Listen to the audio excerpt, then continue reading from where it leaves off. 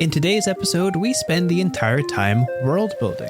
The Earth has been lost to endless green, and we figure out innovative ways to traverse it. And in today's prompt, we further continue this and meet two siblings trying to fight their way back through the world with some life-saving cargo in tow. All that and more on this episode of Your Rivers Are Wrong. Stay tuned!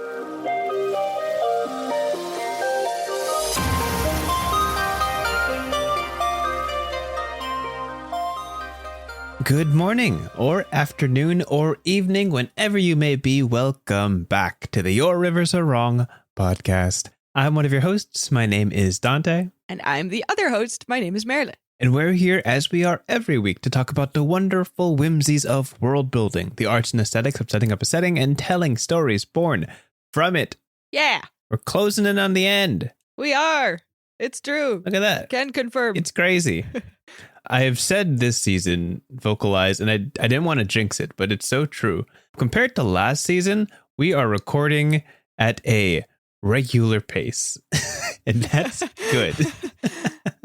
Yes, that's true. I think the last season 7, we took like 4 months to record, a little bit more than 4 months to record, 10 episodes. And this one, I think we've recorded every day straight for 9 weeks. Yeah, I now. don't think we've had any weekly breaks. Sometimes we do, which is fine. There's no stress. This is okay. But we're barreling through, yeah. Next week is going to be fan prompts. So by the time you guys hear this, I've already asked for and collected and recorded all the fan prompts. So just stay tuned and check out my YouTube channel for when I ask for those. Which it's is always what? so fun to see.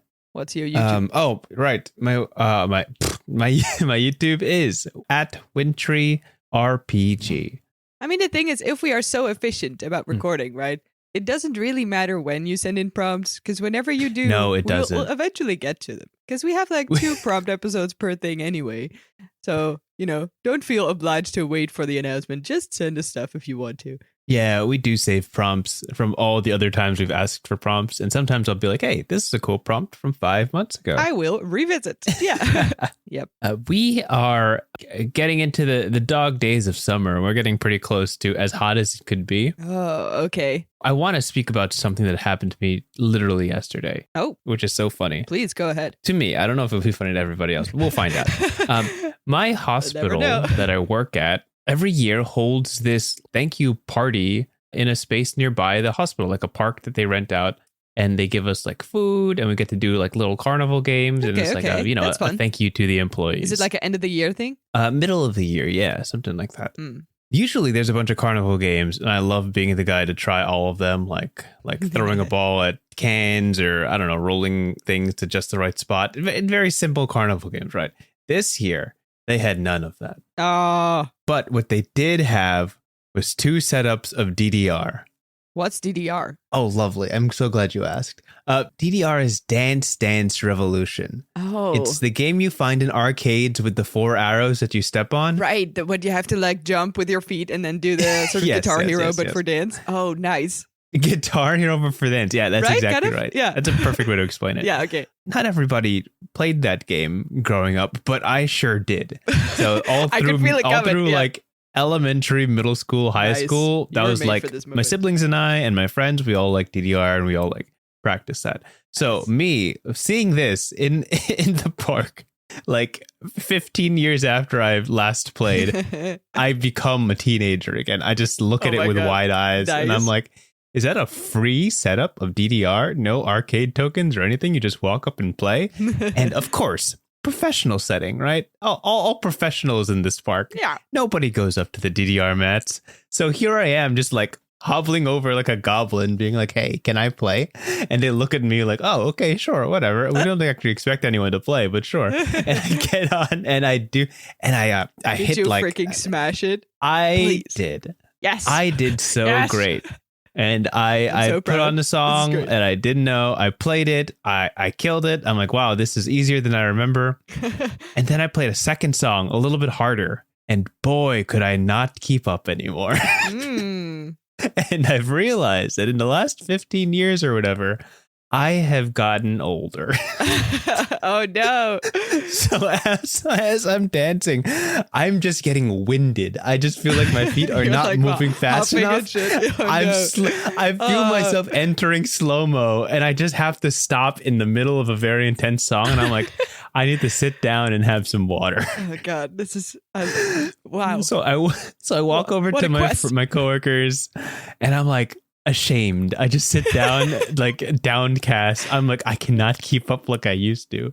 Anyway, to sum up the story, all in all, like over the course of that hour of my pseudo lunch break, I go back to that machine 6 more times. Yes, I'm not surprised about this fact. But what I have to do as a newly old man, I have to play a game, then rest. Then play a game again, then rest. It's like I have to accept my limits and know that my stamina is not what it was. To keep trying. To play as much as I can, yeah. Yep. The people running the booth just kept seeing me come back, and they were like, okay, you got it. Oh my God, so great. No, I love this so much about you, where you're just like, I'm not going to stop. I'm just going to take a break and do it again. Yeah, that was... Oh, how beautiful. What that has to do with world building, I don't know, but it certainly made me feel like gaming, a lot of time has with passed. Determination, yeah. With time flying by. Wow, I'm glad you had this moment, but also it must be quite a moment for you. I feel like it was humbling. It really was. Yeah, recovering from that. Wow, beautiful. Did anyone else come close is my question here. From what I could tell, no. There wasn't a single person in that park who was so interested in DDR as I was. So I think you still won. Sure, yeah. You know, I mean, in this setup, yeah, of course. Like, you succeeded. I honestly think the people running the booth didn't realize people could be good at DDR. They just had the machine there. Nice. No, this is great. I like that you super over qualified, came in there, fucking smashed it, and then was angry at yourself for not smashing it hard enough. I got so mad. I'm just like, I can't keep beautiful. up. This is great. This was easy for me. Yeah. That's my story. And different time, man. Mm-hmm. Yep. And as we jump into our topic for today, as I'm going to segue this so cleanly. Are you ready for this? So clean. I can feel it. I should start with this. It's already going great. The penultimate episode of every season, for the past 3 or 4 seasons now, has been a world building prompt where we spend the entire episode just crafting this setting, crafting this world, and then spending a little bit of time living in it.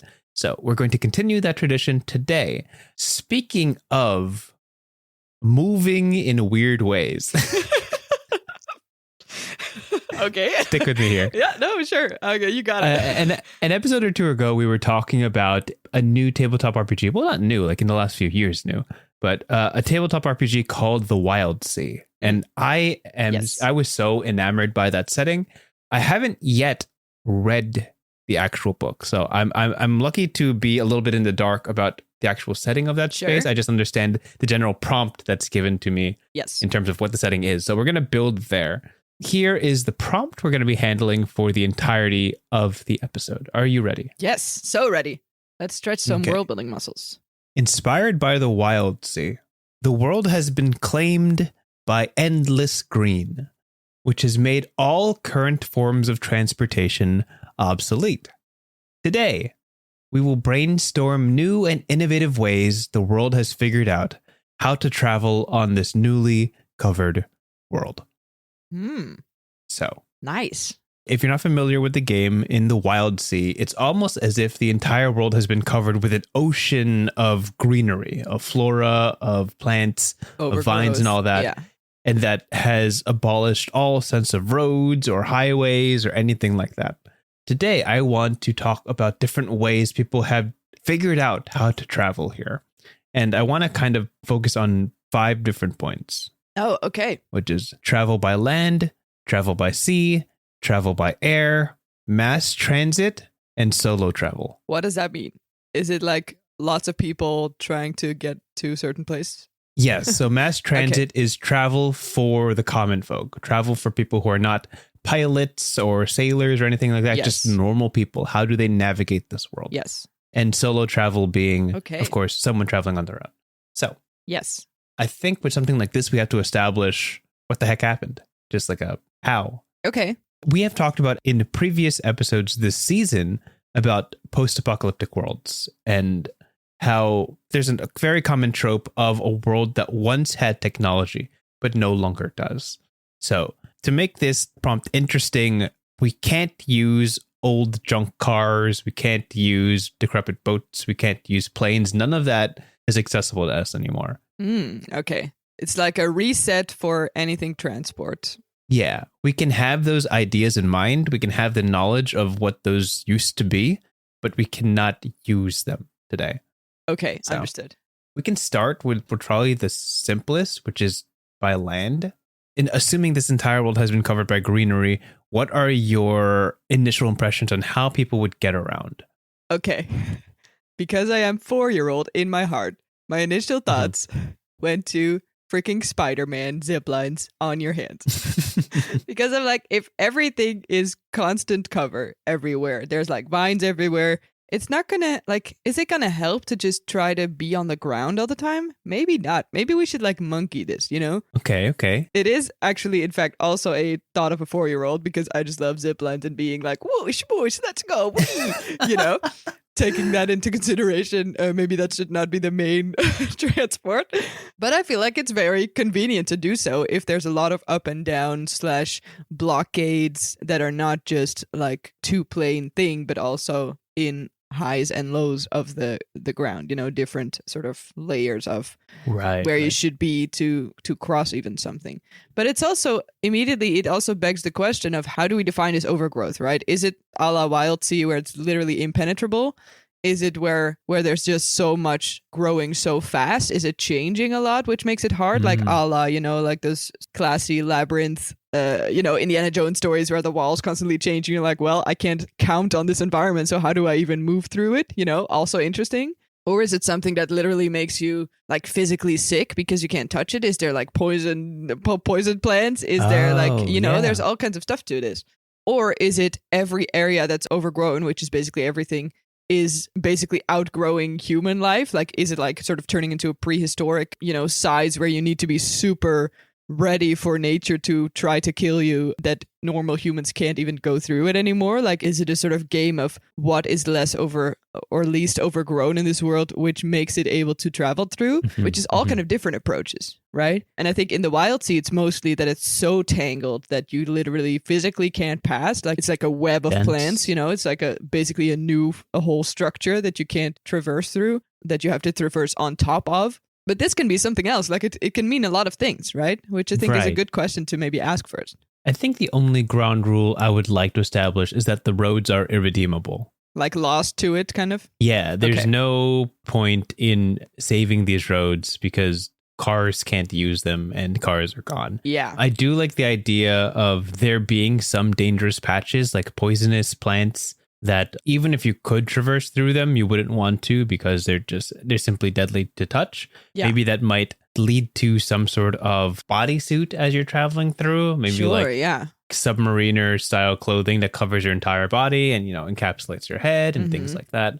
Yeah, or it's like depending on where you travel, like everyone who knows enough about the world knows to take stuff with them to be able to traverse certain areas, right? Like if this area is super highly poisonous, then of course you need to take like whatever antitoxin is maybe available or indeed like physical covering. Like you need to prep for a journey like that. You can't just sort of back and forth it. Like you're literally gonna die if you're not paying attention enough. It feels a little bit like taking a guide into a very wild nature area, right? Like you can't just go there and have fun and see like, oh wow, look at this cool desert. But no, it's trying to kill you. So if you don't know enough about it, you really shouldn't go there, you know? Which I like a lot because it feels very humbling as well, talking about being humbled. But like I like when nature is the main character and not the humans, because the humans just aren't developed enough to be able to even conquer it, kind of. I think there's long since been the understanding that clearing the green or the Wildsea is not possible. It's not feasible. Yeah.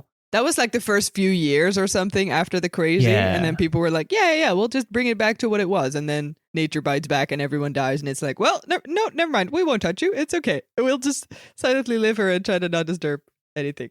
Yeah, there's definitely like certain parts of the world that are like either salted or very delicately maintained to not allow greens to like cross into spaces. And there are people tasked specifically to make sure the green never encroaches.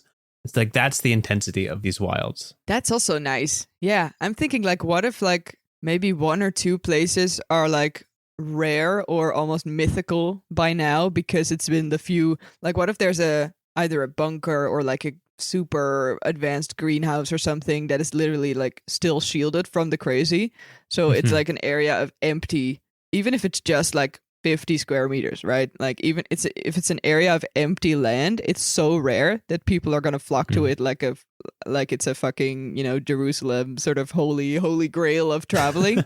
I think that's really nice because then it's also like it used to be normal, but then how come that you are able to still not be infiltrated by this? Is it because you have enough money to pay experts to understand enough about it? Right. Or is it because your structure is so old / in common folks' eye, magical, whatever, blessed by the gods, that somehow you've made friends with this crazy, unruly natural organism, I guess? Mm-hmm. And I also thought of the idea that I think became really big when someone wrote like a book about trees. I wish I had the proper reference here because I think it's a very cool book. But it's this idea of like, all trees are connected through their root structure. And I think that's very cool. If you have a planet that's so overgrown and so sort of green first and everything else comes second, if you're able to deal with the green, it should almost feel like a massive organism, right? Like you're literally battling the planet all the time, like singular, And I think that's very nice. Like I would love if literally every nature element or like overgrown area knows more about the world than you, because it is in contact with so much more of the nature versus we trying to sort of deal with not touching the nature or not, being hurt by it. Yeah, I think that's totally fair. There are obviously going to be two schools of thought, which is commune with nature and exist beside it, or try to keep it burn, out. Or just keep it out, be entirely separate. And then the crazies who want to kill it all and then will die in the process, obviously. Yeah, which begs the question, like, for people who try to commune with nature, what are ways they would travel through the forest that like are respectful, that don't try to raise it as it travels through? I start thinking of like, I don't know, tree frogs and lizards, the ways they like climb up tall branches and move from place to place. I'm imagining there's some sort of vehicle that can scale these large structures or climb vines like almost vertically with adhesives or whatever that is, and get from place to place. I don't know if that's like a mass transit type of deal because it seems very like undulating. I don't know if that's the word. Like imagine being launched from tree to tree, just hanging on. Ooh, that's like cool though. I mean, it's terrifying, but very cool. Because I was just thinking in my brain as you were describing it, like the tricky part about this is that it's not like one tree is only one tree in this whole mass, right? So if you want to scale one tree, you have to scale it, but then I feel like if you want to travel further than that, you can't have like thousands of these like elevators or whatever. You need to have some sort of thing that connects one tree to the other or something, right? And then you say, let's just fucking catapult people through. And I'm like, yeah, but what if you have like sort of pods, right? That are either hanging or like accessible. And then the only thing that needs to be there is literally that the way should not be obfuscated. Is that a word? Like sort of covered? Like it should be a free lodge, as I'm sort of mimicking with my hands how you should catapult people.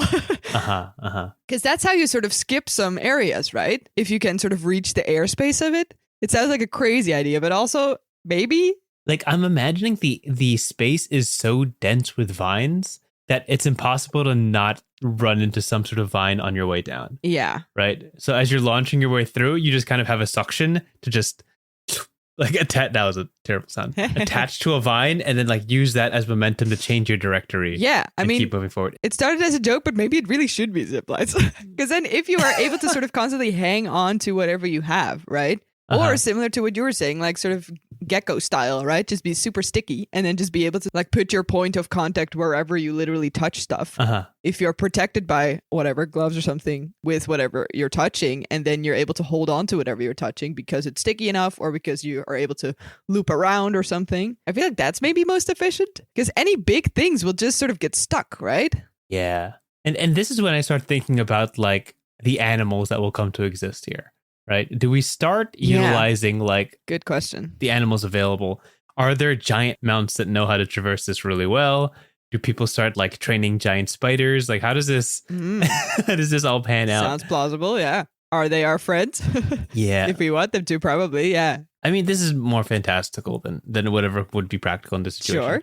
But I imagine that a lot of machinery starts mimicking, or vehicles mimicking, the animals that can traverse this place easily. Like we're taking pointers from things we see around. Yeah. So like giant beetle type vehicles. Yeah, that's cool. That can both climb and like break things with their claws or like let's think on this for a second. Like what animals would we be able to mimic? Like what are the horses of this world? Like what is most efficient to move through, you know? Is it birds? Is it monkeys? Is it beetle, like lizard kind of stuff? I do think, and I think the Wildsea does tap into this based on just the art I've seen, that the canopies of this space are so dense that you can ride atop it. As long as you can be above the greenery. I think the visual for Wildsea was that there's like literal ships that ride the canopies. Yeah, that's sort of their concept, yeah. That you have sort of chainsaw boats that you can sort of chuck through it, kind of. I think the idea that there are vehicles with like a sort of buoyancy that they won't fall through the canopies. Like there's a weightlessness. Like super wide ones or something? Yeah. Yeah, like they distribute the weight so well. Ones, yeah. They just kind of coast along the top. Yeah, that's cool. I feel like that sounds like the most reasonable form of mass transit, so to speak, the way of transporting like common people. Just keep them outside of the green entirely and have these like slow moving ferries atop the canopies that kind of use this spread out weight to move. Yeah. It's one of those super flat fish that's just sort of, I don't know the word in English, but like sort of float, like very floaty, you know, because it's so wide and thin. It's almost like, and also like if you distribute the weight properly. Oh yeah, manta rays. They're so cool. Anyway, but also if you distribute the weight enough, like you'll feel it less with every point that it touches, right? So it also disturbs as little as possible, I would imagine, which is nice. That's just kind of like, that's kind of the point. Like it has to be a vehicle. Again, none of this is scientifically sound. None of this is mechanically sound. We're not here for science. But the logic is like fantasy. Even if the canopy is uneven, this weird undulating sort of flat surface can wobble over it. Yeah. So it's like you're riding a little wave all the way to your destination. Yes. And all you got to do is keep your balance. But then here's my question. If we are able to access the airspace or the sort of end, quote unquote, of the greenery, right, on the top of it, the way we're talking about now in terms of like manta ray-esque vehicles, why can't we just use flying stuff? Like, what is our problem with using flying stuff? Of course, they don't have anywhere to land, I would assume. There might be cities or something like...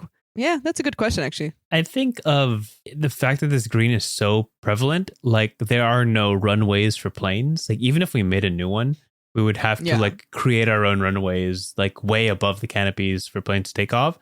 So the size of these things are probably less than what they used to be. I imagine there's a world where dirigibles come back, where blimps and all those things become more popular because they require less run space to fly. Yeah, that's true. But then you question, do they have the resource? Yeah. They have the resources for helium? Do they figure out like, do dirigibles use helium? I don't even know. I think there's just hot air, right? Hot air, yeah. I don't think it's helium necessarily. So it'd be smaller vehicles that can traverse through flight. And I think that's real and useful. But one, I don't think it's fast. And two, I don't think it can transport too many people. Yeah. I imagine in this world, there are people who decide to just make a world or a community in the highest tree. And they're just like, hey, we just need a good vantage point to survive. Sure, yeah, that makes sense. Also, by the way, about the manta ray structures, I would love if they just literally can never go down. If it's just like, we made this thing, it works, let's not touch it anymore because we can't leave it anywhere, we can't rebuild it. This is what it's gotta be. So there's maybe like a la Snowpiercer, right? Which is a movie where a train just keeps running forever in a world that's kind of gone crazy. Big recommend, by the way. But what if this is just sort of a thing that if you're lucky, you can sort of hold on and then, reposition yourself and kind of sit it out until you have to be where you have to be. And then they just keep sort of floating over it as if you're sort of hanging on to a cloud, you know? I feel like it shouldn't be too like measurable or like too efficient or something. I feel like the luck of this world should be really rare. Sure. We're so glad. Oh my God, I'm glad we figured it out. And I'm glad we're finally getting somewhere where nothing is constantly eating us or killing us with thorns. But we only have one of these and it's really hard to make another. I like this one. This is my favorite of what we've made. The manta ray platform moving across the canopies. I like to imagine it's so unique and so one of a kind that it has been patchwork repaired like 100 times. Oh, so there's a lot of character to it. It's got like a bunch of like the equivalent of like gauze. It's got a lot of like bandages keeping it together. It's like there's like puffs of smoke coming out of it, so it doesn't move that fast. Also, what if it started small and then because it was the only thing that worked, it just became giant? So everything like sort of on the edges, like it's either more new or people have added their own little part to it because they want it to be as big as possible to be able to transport as many people. Yeah, that's so it's this fun. sort of monstrosity. Yeah, that's kind of cool. Yeah, becomes like an organism in itself. Yeah, that's nice. I don't feel like this is a place where people can live permanently, like on top of the manta ray. No. I do think it is a way to transport people. As we're slowly moving into our prompt, I do want to start building a story probably around this vehicle particularly. Sure. Like the idea of it traveling from one place to the next and the idea of protecting it should things get dire or scary. So to add an onus of movement, we can speak something along the lines of once every 4 or 5 months, we have to move towards the shoreline to collect like water and food and things from like the ocean that we can bring back to the greater community. The ocean itself is far too dangerous to live permanently. So you kind of get there, grab what you need and go back. But that requires a lot of people with buckets and supplies and carrying things and nets and all that. Yeah. So the transport is difficult. The manta ray is the only way you can move these supplies en masse. So it's slow and it's not super agile at all, but it will get several dozen people to the ocean safely. Yes. Without having to rely on anything else. And the idea is that they have to do this dangerous trek 2 or 3 times a year. Yes. This is almost like a rite of passage, I think, in the community, where it's like only the people that are able to survive will be able to do this journey. Yeah. And there's this concept of, do you send your most capable out into the ocean while like everybody who is more vulnerable stays home? Yeah. Or do you have to like balance who goes, who doesn't? Yeah, because home is also not safe. Nowhere safe. Exactly. Yeah. That's fun. I like that. Yeah, that's pretty exciting. And also I feel like there's quite an amount of people, like not hands full, but like there's some out there that are really knowing their game, right? They've just sort of spent so much time in this forest crazy that they're become super good at this. But then I feel like these are more either the lone travelers or the message people that are going from one community to the other, because it's way easier to travel with one person kind of making use of the vines and everything that we just talked about versus having to have a whole operation. So I just wanted to point out also that all the communities or, cities, whatever you want to call it, families that are living in, with more people in one space as a sort of home base, they probably have super little contact with anyone else, right? With any other community. There's literally tons of greenery in between that you can't traverse through unless you're making it a whole operation. And no one does that because you need that energy for literally trying to stay alive and, getting your water across, etc. So the few times where you actually want that, I think it can just be one person. So it's a very slow communication and stuff as well. I think that's very interesting too, because then nature is so much more, present on the earth than the humans are. They can't really be a network of humans because it's so limited. It's so like trying to save your own and that's all you got time for. Yeah. I love when there are stories of people who exist in a world that's very hostile to them. I'm thinking of like the beginning of Scavenger's Reign that introduces all these space travelers making do with living on this strange world. And I love the idea of just dropping people into the story in the middle and just showing people who are very proficient at surviving without any explanation why they know how to do it or how they learned how to do it. It's great. Like none of that ground zero stuff. They're already good at surviving. Because it makes such good characters, right? When someone's just like literally shaped by you said it perfectly, the hostile environment around them. Because they become very much a citizen, right? Like they become sort of part of the thing that we can't figure out, which is very cool. Yeah. So would you look at that? I think we hit all 5. If we're talking travel by air, we think of slower blimps. Maybe even little gliders, cool little gliders. Could be cool. Should we do like jetpacks? I would love for jetpacks to be real. Like little dragonfly jetpacks. I think that would be great. Dragonfly jetpacks. Oh, wait, I love that. I stole it from an idea from myself because I made like a dragonfly fairy once, and then I was like, what if this, but urban? It's basically this. Yeah. Dragonfly wings are underrated in stories. Right? Like why does no one use them? They're so wings. Cool. Yeah. They're not as pretty as butterfly wings. That's why. They're not as cool as like bird wings. Yeah, but dragonfly wings are way cooler. Butterfly wings are just sort of overused at this point.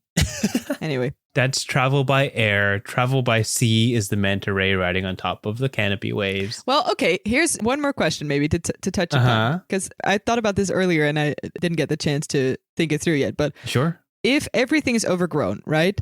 Of course, the sea is not naturally super plant-based, but there's like a whole bunch of algae and corals and everything, right? So if the sea is also overgrown, what does that mean?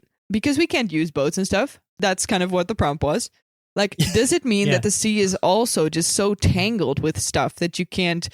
I'm sort of imagining if you have either, a rowboat or something, your oars would just get stuck in whatever is below the surface, right? You're just sort of as if it's a swamp almost. I think that's great. Yeah, because I think then also it becomes like the greenery is everywhere. Because if the sea is still accessible, we should all just sort of live next to the sea and then make it work, right? But that's really not the case, I think. I think it's sort of surprisingly like looking peaceful or looking like a safe harbor, but under the surface, there's probably as much terror as it is above ground in the land-based environments. Because I think that's very fascinating as well. I would love if the ocean was you were just so unfortunate to have like underwater Venus flytraps. And it's just like these plants that terrible. that scoop from below. Yes. And you know how like lily pads, they look great on top, but if you flip them over, they're like super menacing. Yeah. They have all these like spikes and stuff. Yes. That's kind of the energy that I have for the ocean. Yes. Yes. I saw a great homebrew once about, I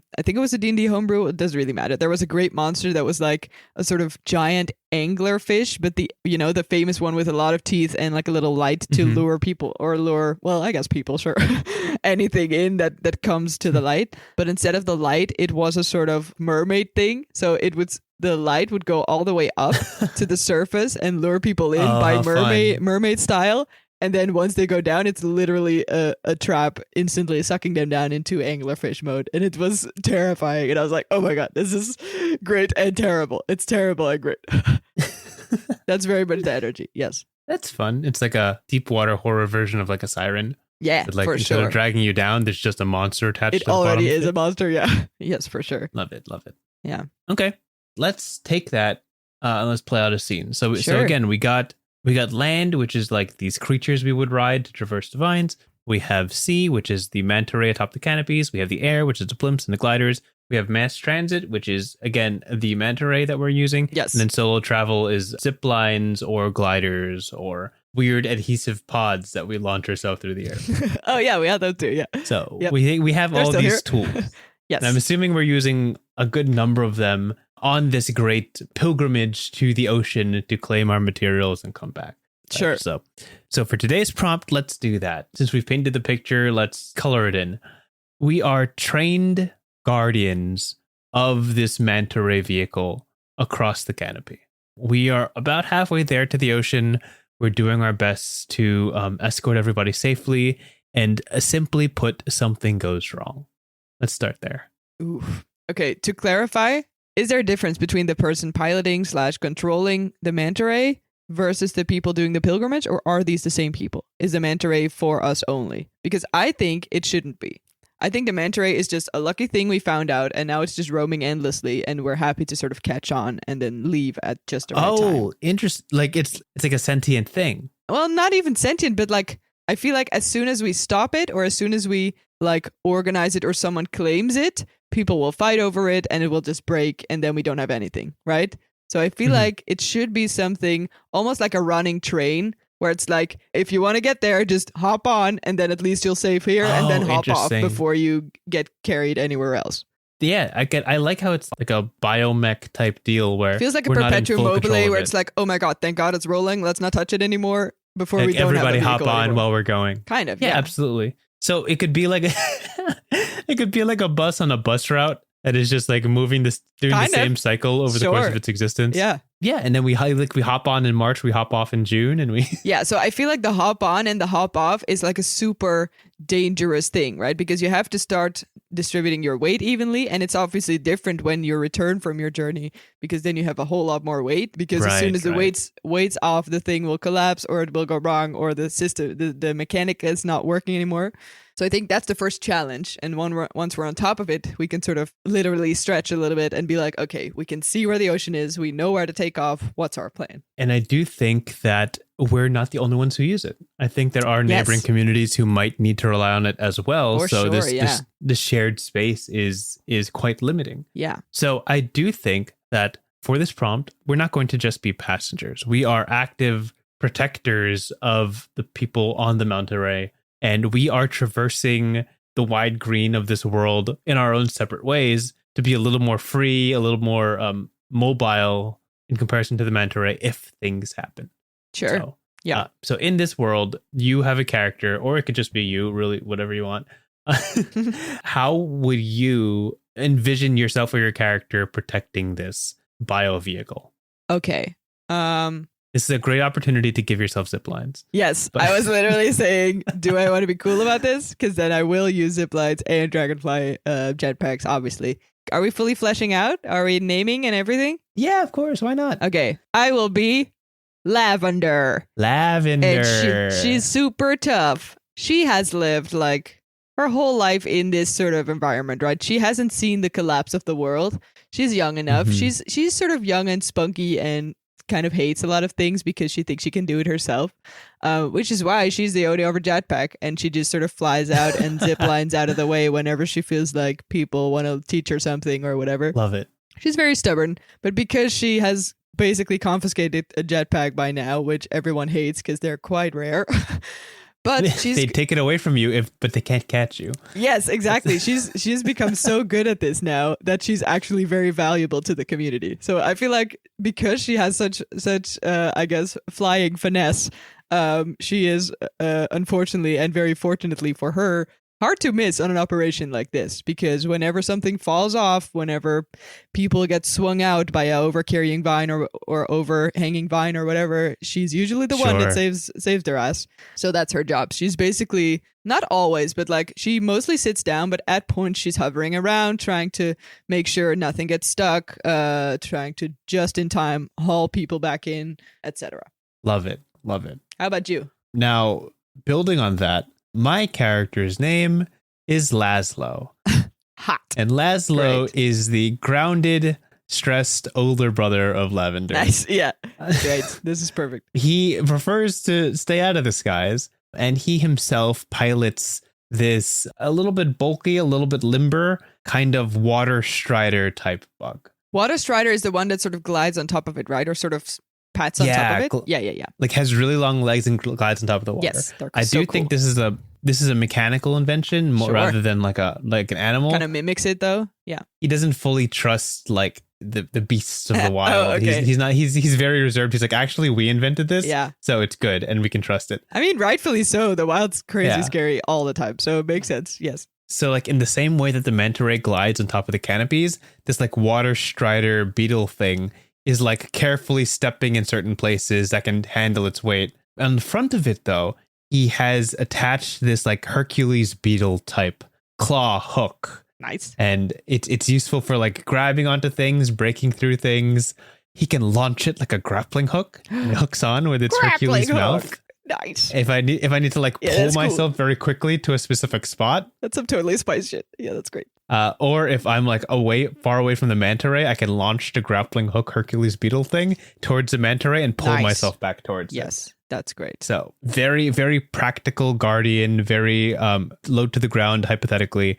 It stands alongside the manta ray and kind of adopts the same principles in terms of gliding along the top of the canopy. Yeah. So is this a one-person thing? Like how big is this? Yeah. Is it like a quad or something in our world? It's like a one-person ride or a two-person ride. Right. Something like that. Yes. And I think what we can do to kick off this prompt, instead of going towards the water, we are returning from it. So there's a lot more to protect. Oh, we already have stuff? Right? Okay, cool. Yeah, there's a lot more to protect. Yes. The manta ray is moving slowly, and we're all trained to protect it. And we hear the sound of a horn echoing through from the bottom of this large jungle. And from within the plants and trees, the dense forestry around us, jumping out up into above the canopies are a bunch of raiders that are intent on stealing everything.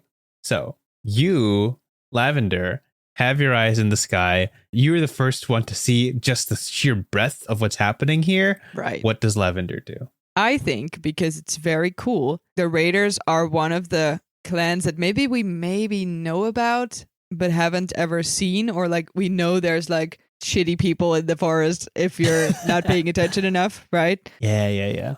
Maybe first question, how many are we?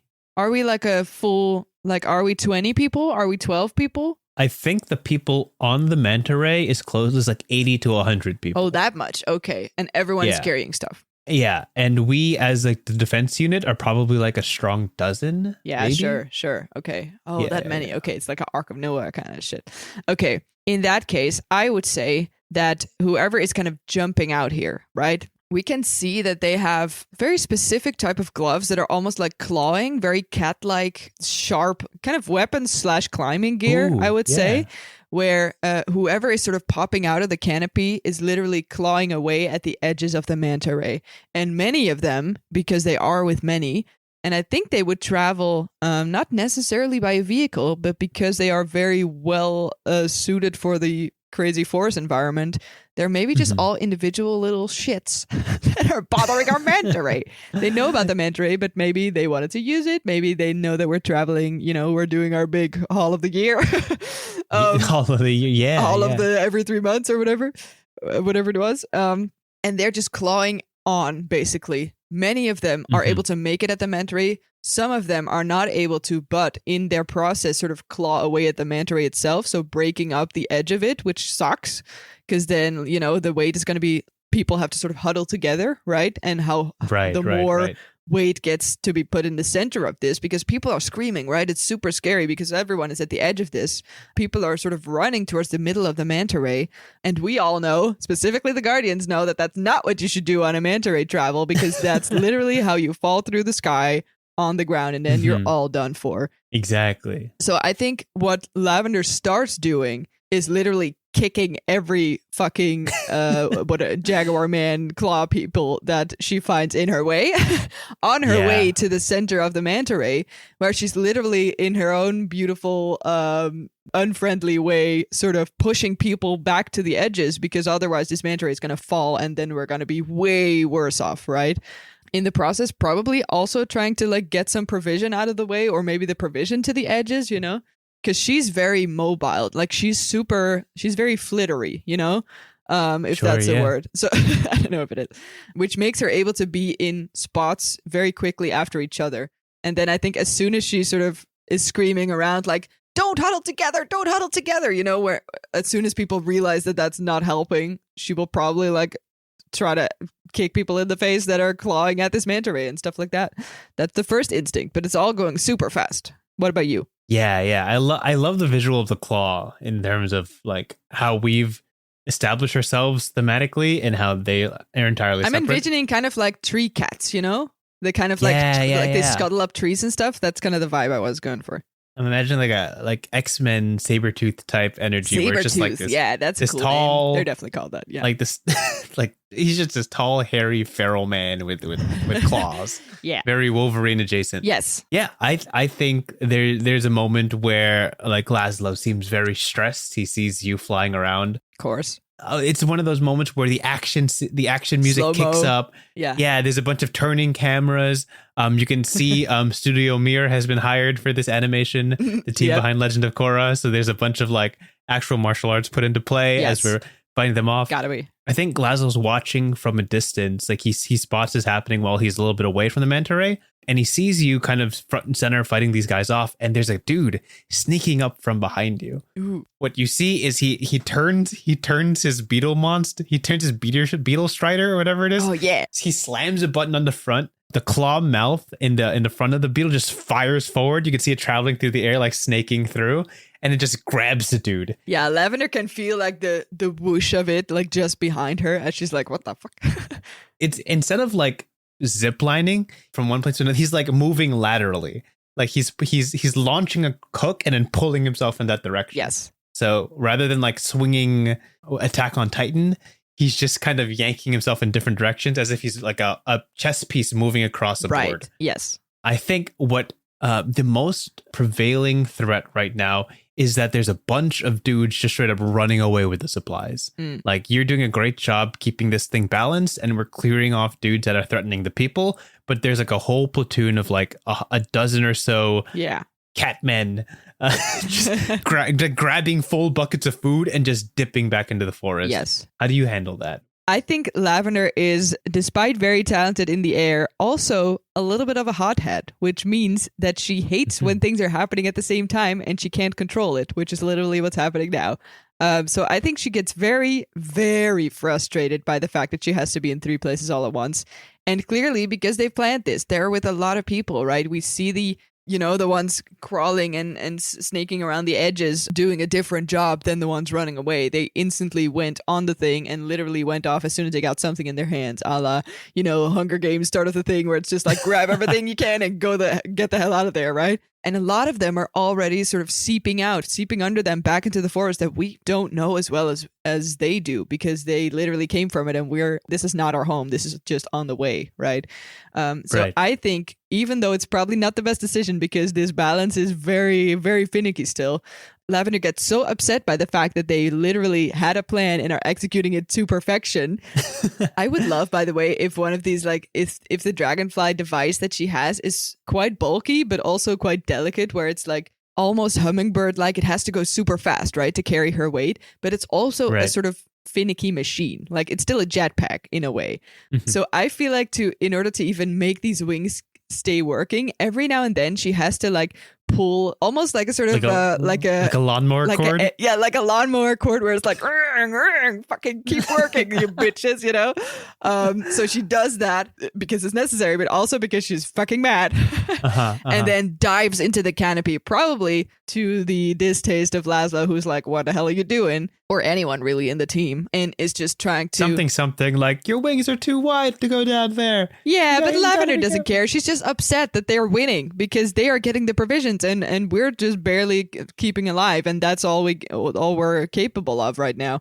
So she's like, oh no, you don't, and rushes after them. This is the drone shot. This is the one, the camera that follows you into the canopy. And then she dives from the bottom. Yes, exactly. The first Jaguar man on her way, she just literally kicks off the branch and is like, no, you don't. And just in time, I think, because she's so dexterous, like agile, she's able to like carry 3 buckets that he got on his back. She's sort of I'm doing this on camera, but like, how do I, like, she's sort of putting her hand in between the handles, right? And is able to like yank them away. Yeah, it's when you grab too many grocery bags from the car and you're just like, looping them over your arm and your elbow. Exactly. Yeah, that's what she's doing. She's doing that to a second one who barely sees them coming and I think she's basically screaming at this point just out of anger and frustration. Gets another, like, I don't know, 3 sacks of whatever it was, like food. And she's also like not that strong because it's kind of the point. You can see her sort of almost fall out of the air at some times where she's like, oh God, this is a lot to carry, but it's fine. I still got it. She's sort of throwing it back on the manta ray and diving back in to save as much as possible. But she's just one little person after all, and they're getting away fast. I love the idea that as you slowly lose control in terms of like the weight you're carrying and navigating through these vines, you're doing that thing that the dragonfly does where it like juts left and right really quickly. Oh yeah, that's cool. The insect like sort of stop and run kind of thing. Yeah, unlike very graceful birds who like weave and swoop and things like that, you're just like zip left, zip right, zip down. Yeah, so it's like very jerky, yeah. very, very panicky. Yeah, that's definitely what it is. I don't want this to be, and I'm just going to call it here. I don't want this to be successful for us. This is the start of a very difficult journey, right? Yeah. So there's 2 things happening here. As you dive into the jungle, Laszlo is kind of left defending the top ropes, and he's very good. He's very talented and capable, and you can see everything he does is very practiced, and he's quickly disposing of a bunch of people. He's done this journey also a lot of times, right? He's very experienced, I would assume. Yeah. But there seems to be some kind of 2-pronged attack. 2 leaders in this establishment, and what Laszlo notices is that where he has been fighting, it's a little bit isolated. When he turns back to the manta ray, he sees just this full group of catmen standing on one side of the manta ray and everybody's scared to the other. Yeah. The leader of that group looks towards him, like gives him like a wicked grin, and all the catmen just jump and then land on top of the manta ray. And you can see the vroom, the careening, the turning, everything is starting to flip. And Laszlo does his best to try to like launch as many hooks as he can to keep the thing weighted, but you can slowly see Titanic style the manta ray tilting on its side and going into the jungle. Oof. And where you're going, you managed to take out a whole bunch of guys, 5, 6, 7. You're trying to do everything at once. You're trying to hold all of these supplies and to chase these guys down, when all of a sudden you feel this pressure of someone landing on your back and weighing you down towards the ground jungle floor. You feel a slam and you can feel the sputtering of an engine your lawnmower engine as you and this person begin careening towards the ground hundreds of feet away from the manta ray. And it's this sort of double villain moment where you are isolated. Yeah, I have a problem of my own, but it's equally terrible. Let's end this scene by describing, what does the villain look like? The one that's looking directly at you. The one that's on my back? Yeah. Or has just been on my back? Yeah, let's cliffhanger this. Okay, this one, I was thinking, should I go like all the way? But no, I'm going with this. This is as soon as I feel the wings sort of become like loose material, right? It's not doing their job anymore. This engine is broken or leaking or stuck or anything. And suddenly there's just like flappering material as I plummet down very quickly, vines in my way all the time, of course, with this random dude on my back.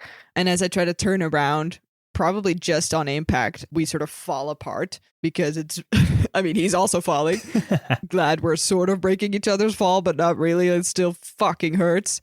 I sort of scurry up and try to see what the hell happened. And there's this very tall, it's kind of like a climber's build, right? Super thin and athletic. But instead of all the other, I guess, cat, jaguar people we saw, this one is like fully black. And instead of claws or like climbing claws with little points, they have like full armored lower arms that are basically like motoring their claw strikes for them. And they are definitely very capable of it. You can see sort of puffs of smoke from their giant sort of clawy motorized hands. Love it. As they sort of try to find their way out, whatever we just fell into.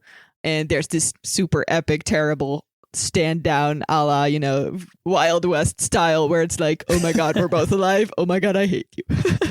And I think that's it. That's it. That's all I see. Yeah. That's great. I like that. That's really cool. I think in my head, the way this pans out is that the scene obviously opened with like the siblings bickering and making like being put in charge of this very big thing. And then as they both deal with their separate problems, this is the point of separation, where they're both forced to go in two separate directions in terms of their storyline. Yeah. And towards the end of the season, they finally converge that's nice. to meet the same enemy, both changed for the better. Yeah, for sure. Yeah. They both know different stuff. Yeah. Ooh. Love it. Very cool. You come back in episode 13 with like new cat powers. I am a cat now. Yes. Fun stuff like that. Very cool. That's cool. Wow. So epic. I like it. We'll take it. This is great. Let's wrap this episode up. Thank you guys for tuning in. We've been going a while. You've been listening to another episode of World Building. If you feel inspired to build something of yourself, you could check out the book The Wildsea, which is another tabletop RPG that we've been kind of pulling from for inspiration. But of course, you can invent anything you want. Your only limits are the facets of your own imagination. And as you do so, as you create these worlds and as you tell these stories, always remember two things. One, tune in next episode for fan prompts. Oh, yeah, okay. I was like, that's a new one. Okay. Next episode is fan prompts. Don't miss it. And secondly, of course, naturally, the universal truth of every world and every story, your rivers are wrong. Oh, that's what it was. Yeah. Yep. It's true. All right. See you guys next time. Goodbye. Bye. Thank you for listening to this episode of Your Rivers Are Wrong. If you have ideas for topics, prompts, or you just want to share your thoughts, please reach us at yourriversarewrong@gmail.com. That's yourriversarewrong@gmail.com. Also, a big thanks to Maarten Schellekens, who created the intro and outro music for our podcast. And most importantly, thank you for listening. We hope to see you at the next one. Bye.